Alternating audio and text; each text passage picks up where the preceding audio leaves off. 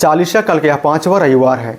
यह रविवार हमें अत्यंत गंभीर और उस आध्यात्मिक गहराई में उतरने के लिए आमंत्रित करता है, जहां हम सब सच्चा परिवर्तन की ओर प्रारंभ करने के लिए आगे बढ़ेंगे। इस रविवार के बाद हम खजूर रविवार में प्रवेश करेंगे और फिर हम सब पवित्र सप्ताह की ओर आगे बढ़ेंगे। पवित्र सप्ताह में हम सब यीशु ख्रिस्त के दुख भोग, मृत्यु और पुनरुत्थान के महान रहस्य में प्रवेश करेंगे। इसलिए आज का यह रविवार हम सबके लिए एक अत्यंत महत्वपूर्ण मनन चिंतन करने के लिए यह रविवार हमें आमंत्रित करती है। इसलिए हमें अपने आप से यह प्रश्न पूछना है, क्या मैं इस चालीसा काल को सचमुच में गंभीरता से तैयारी कर रहा हूँ, या क्या मैंने अपने आध्यात्मिक जीवन को तैयार करने के लिए समय दिया है? क्या मैं अपने हृदय में प्रभु यीशु ख्रिस्त को स्थान दे रहा हूँ, या अपने ही भीतर में उलझा हुआ हूँ? क्या मेरा जीवन ईश्वर की उपस्थिति में से भरा हुआ है? इन्हीं आध्यात्मिक प्रश्नों के बीच यह समय हमें अपने विश्वास और जीवन के बारे में और गहराई से सोचने के लिए यह रविवार हमें बुलाता है।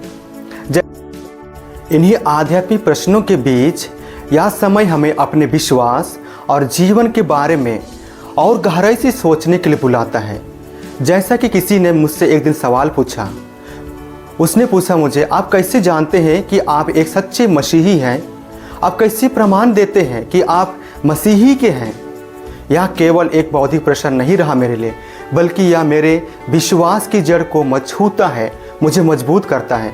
क्योंकि यीशु ख्रिस्त का होना केवल नाम या परंपरा नहीं है मेरे लिए, बल्कि एक जीवित अनुभव है मेरे लिए। हम इस पवित्र चालीसा काल में चल रहे हैं, इसलिए मेरे इस प्रश्न का जवाब आज के पवित्र पाठ से मिलता है। एक ऐसा समय जहां हम केवल बाहरी त्याग तक सीमित नहीं रहते, बल्कि अपने भीतर जीवन का सामना करते हैं। यह समय हमें मजबूत करता है कि हम अपने आप से सच्चाई के साथ पूछें, मैं सच में कौन हूँ? मेरे भीतर क्या जीवित है और क्या मैं मर चुका हूँ? कई बार हम बाहर से सब कुछ ठीक दिखते हैं, लेकिन भीतर कहीं विश्वास कमज़ोर पड़ जाता है, हमारी प्रार्थना कमज़ोर हो जाती है और हृदय धीरे धीरे ईश्वर से दूर होने लगता है। यह वही अवस्था है जहाँ मनुष्य जीवित होते हुए भी एक प्रकार की आध्यात्मिक मृत्यु का अनुभव करता है। संदर्भ में आज का सुसमाचार संत यूहन्ना का सुसमाचार अध्याय 11 पद संख्या 1 से 45 तक लिया गया है, जहाँ हम सबके लिए एक लाजरुस की घटना के माध्यम से एक गहरा आध्यात्मिक सत्य को प्रकट करता है। लाजरुस 4 दिन तक कब्र में पड़ा हुआ था, सब कुछ समाप्त हो चुका था। उसकी बहनें मर्था और मरियम शोक में डूबी हुई थी, लोगों की आशा टूट चुकी थी और शायद वे यह भी सोच रहे थे, यदि प्रभु यहाँ होते तो हमारा भाई जीवित रहता। यह वही भावना है जो हम भी अपने जीवन में कई बार अनुभव करते हैं या पूछते हैं, जब हम निराशा में पड़ जाते हैं, जब हम दुखित में हो जाते हैं, पीड़ा में रहते हैं या टूटन से गुजरते रहते हैं। परंतु प्रभु यीशु ख्रिस्त जब हमारे जीवन में आते हैं या वहाँ जब प्रभु यीशु ख्रिस्त पधारते हैं तो वही वचन देते हैं। संत यूहन्ना का सुसमाचार अध्याय 11 पद संख्या 25 में लिखा है, पुनरुत्थान और जीवन मैं हूँ, जो मुझ में विश्वास करता है वह मरने पर भी जीवित रहेगा। उसके बाद यीशु ख्रिस्त वहाँ के लोगों को आदेश देते हैं, पत्थर हटाओ। यह आदेश केवल कब्र के पत्थर के लिए नहीं, बल्कि हमारे हृदय के पत्थरों के लिए है, हमारे अहंकार के लिए, अविश्वास के लिए, कठोरता और क्षमा की कमी के लिए है।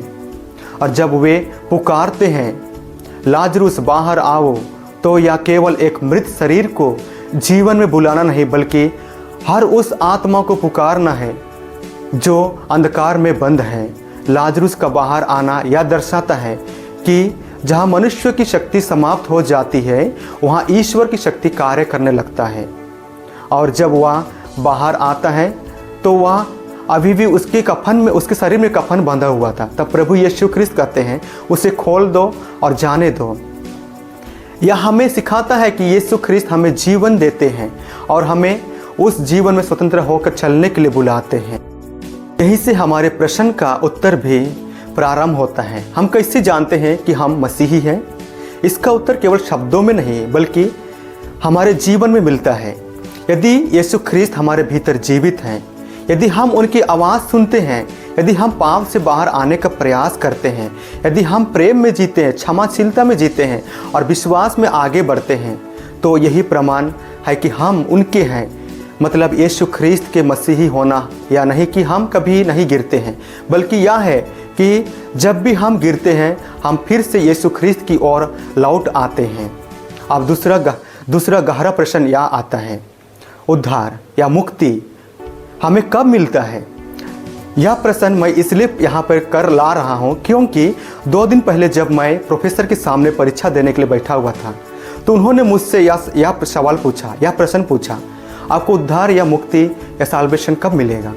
तब मैं प्रश्न का जवाब दिया इस प्रकार कि उद्धार हमें यीशु ख्रीस्त की मृत्यु और पुनरुत्थान के द्वारा मिला है। जब वे क्रूस पर मरे तो उन्होंने हमारे पाप और मृत्यु को अपने ऊपर ले लिया, और जब वे पुनर्जीवित हुए तो उन्होंने हमें नया जीवन प्रदान किया। इसलिए उद्धार एक ऐसा उपहार है जो हमें पहले ही दिया जा चुका है। फिर उन्होंने मेरे सवाल के जवाब में फिर अपने शब्द जोड़े और समझाए, उद्धार या मुक्ति का एक ऐसा गहरा पहलू है। हमारा उद्धार अभी पूर्ण नहीं हुआ है, हम उसकी पूर्णता की ओर बढ़ रहे हैं। हम अभी भी उस दिन की प्रतीक्षा कर रहे हैं जब प्रभु फिर आएंगे। जैसा कि प्रकाशना ग्रंथ हमें आशा देता है कि एक दिन बुराई पर हम पूरी तरह विजयी होंगे, मृत्यु समाप्त हो जाएगी और हम अनंत जीवन में पूर्ण रूप से प्रवेश करेंगे। इसलिए हमारा जीवन एक यात्रा है जहां उद्धार मिल चुका है और पूर्ण होना बाकी है। इसलिए यह उपवास काल हम सबके लिए मनन चिंतन करने का समय होता है। इसलिए लाजरुस की यह कहानी केवल एक चमत्कार नहीं बल्कि हमारे जीवन की सच्चाई है। हम भी कई बार अपने भीतर कब्र में बंद हो जाते हैं, पाप, डर, निराशा और टूटे हुए संबंधों में, परंतु यीशु ख्रीस्त आज भी हमें पुकारते हैं, पत्थर हटाओ, बाहर आओ। यह पुकार हमें आज एक नए जीवन में प्रवेश करने के लिए बुलाती है। इसलिए प्रिय भाई और बहनों, यह रविवार हम सबके लिए एक अत्यंत महत्वपूर्ण रविवार है। जैसे कि हम शुरुआत में सुन चुके हैं, आज के बाद हम खजूर रविवार में प्रवेश करेंगे और उसके बाद फिर हम पवित्र सप्ताह की ओर आगे बढ़ेंगे। या जैसे जैसे हम आने वाले दिनों में आगे बढ़ते जाएंगे, हम अपने मन और हृदय को और अधिक गहराई से मनन चिंतन में लगाएंगे। विशेष रूप से पवित्र सप्ताह में प्रवेश करते हुए वहाँ हम यीशु ख्रीस्त के दुख भोग, उनकी मृत्यु, पीड़ा और उनके गौरवशाली पुनरुत्थान के रहस्य को केवल याद नहीं करेंगे बल्कि उसे अपने जीवन में अनुभव करने का प्रयास करेंगे। धन्यवाद।